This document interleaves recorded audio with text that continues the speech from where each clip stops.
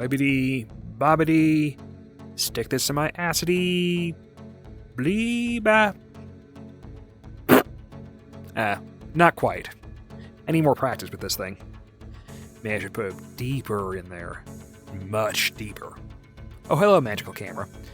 So, while I'm fiddling around with the dark arts, I saw a movie. And not just a movie, a musical. Musicals! They are not my usual genre. I literally can count the number of musicals I like on one hand. So, hey, there's another addition to that hand. I've grown 3 hands now. Anywho, what am I talking about? Wicked! Of course it's Wicked.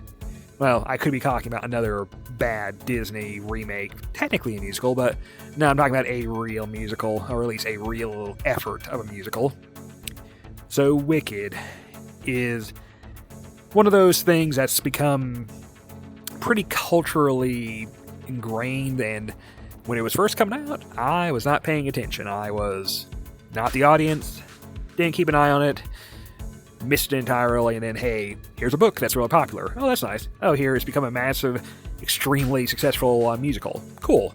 And now, all these years later, big successful movie. And hey, I like movies. You got me. I watched it. What did I think? I liked it. Again, I've added it to my very small amount of musicals that I actually enjoy.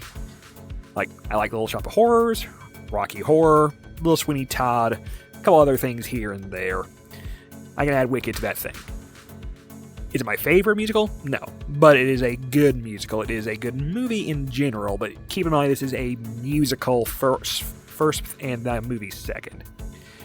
Also, this is very much a part 1 situation, which, hey, shock of shocks, I've not spoiled myself on how this particular storyline will go, even though this particular adaptation has been out for like decades now.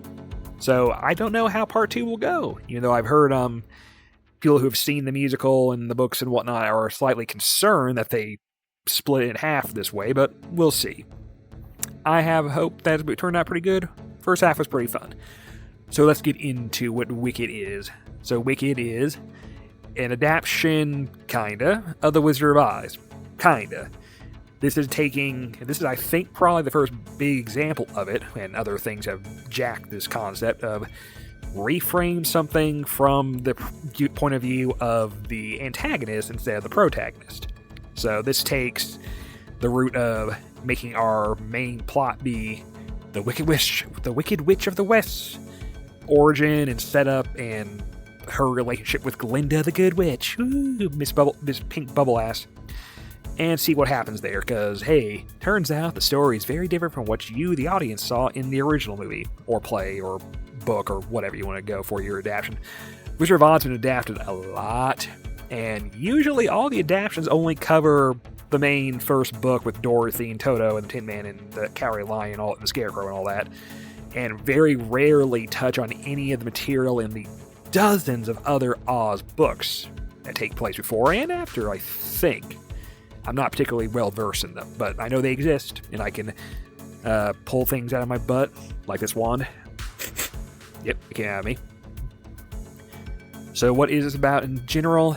So we're seeing essentially Mean Girls at Hogwarts mixed with a big, heavy Broadway musical going on, and it works just fine.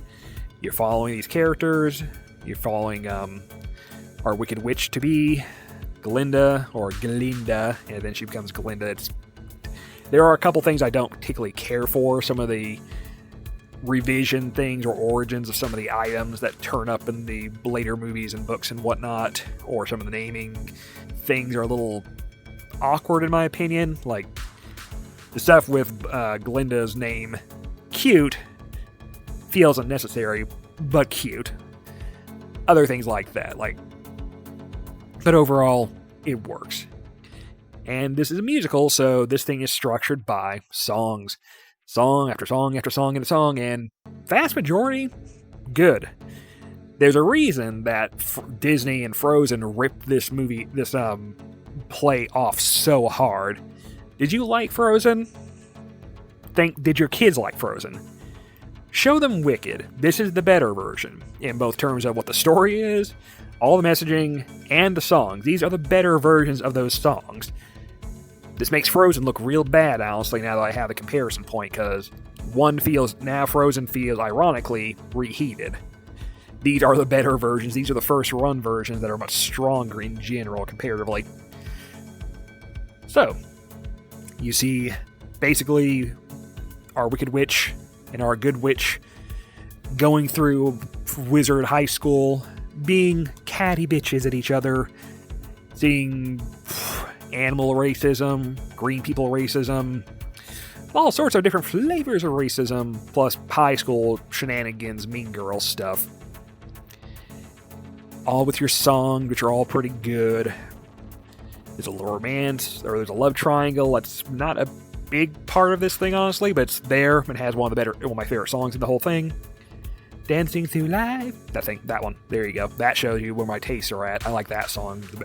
Not the best, because the best one is, of course, Defying Gravity / Unlimited / this song has a ton of reprisals, and different chunks of it are all woven together into one mega song that goes throughout the whole movie until you get to the ending. And yeah, this is a half of a story, because you have, this first half is seeing where these two witches were rivals, become friends, and then go to Oz, and we have a dramatic cut right there for the first half. Because second half is going to be the rest of the story. Now you know the rest of the story. And now I make a reference none of you will get, because you are little babies in diapers. I am an old fuck. Anywho, it's good. It's worth a watch. I can't really go into deep spoilers, there's not that much to the plot. As you have the characters just interacting and being catty at each other and having the song numbers in between. The actual plot is thin because it's a way to get you to the songs, which tell the majority of, which are the big meat of this whole thing. It's a musical. That's how musicals work. The plot is frequently just a thing to get you to the next song. And that's okay, because the songs are your main attraction here, and they're all really good. So, there you go. Also, you got talking animals. You have Peter Dinklage goat, which is fun. You got flying monkeys. They go, ooh, ooh, ah, ah, and such. Fun stuff. There's a snow leopard in here who I think had a celebrity voice, but I couldn't tell who it was. But yeah, it's good. And you get to the ending, which is Defying Gravity, which the song everybody knows and is the better version of Let It Go. That's not even an argument. This is just facts spilling here. You could argue that the movie's a little fiddly when it comes to that, because that song has a very specific build-up and hits an obvious cut to credits. And it keeps going a little bit longer. I saw that was a major complaint people had, was how they fiddled with that one's flow. I can see the point. It doesn't break it for me, but I do agree that it's a little bit... You didn't need the additional thing. You could have just cut right to hard credit right there and would have been fine. But anyways. It's fun. It's worth a watch. The songs are good. You have peppy songs. You have catchy songs. You have sad songs. Yada, yada, yada. Some things are a little bit slow. Since this is a split in two movie situation here, you could argue this thing feels a bit long and both stretched as well. Like, I could have ditched a couple of the songs, honestly. They're not bad, but I could have ditched them or shortened a couple just to have a slightly more compact movies format, but not bad. Honestly, the only problem I have with the thing is it is nearly 3 hours, so it is kind of a long sit. It's a good sit, but it's a long sit. I had to actually break my watching in half. I didn't see this in the theater because I could not probably could not handle sitting in a theater for 3 hours anymore. Like, again, old fuck.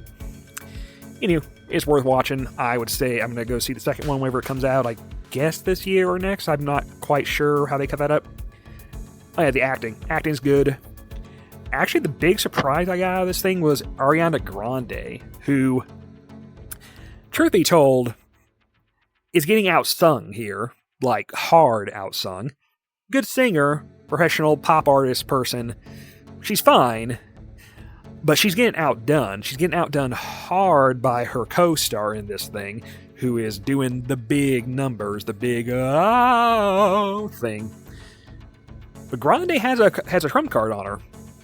She's funny. She actually has great comedic timing and is pretty damn good. I actually laughed quite a bit due to her being funny. That's the big shocker for me for this thing. Ariana Grande, pretty good comedian. I'm surprised. Good singer too, but a stronger comedian in my opinion. And because it's me, my opinion matters way more. Because, Kanada. I've rambled long enough.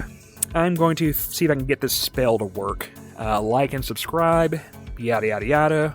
Patreon for Affinity, Blue Sky, rest of my videos where I ramble for 5 to 10 minutes a piece about various movies I've seen. Maybe I'll add some other stuff. Occasionally I'll get into my spandex costume and eat some food or talk about something else. I'm thinking about doing everything about books and comics I've been reading lately. That might be fun. Oh yeah. Bibbidi bobbidi boo. Yay!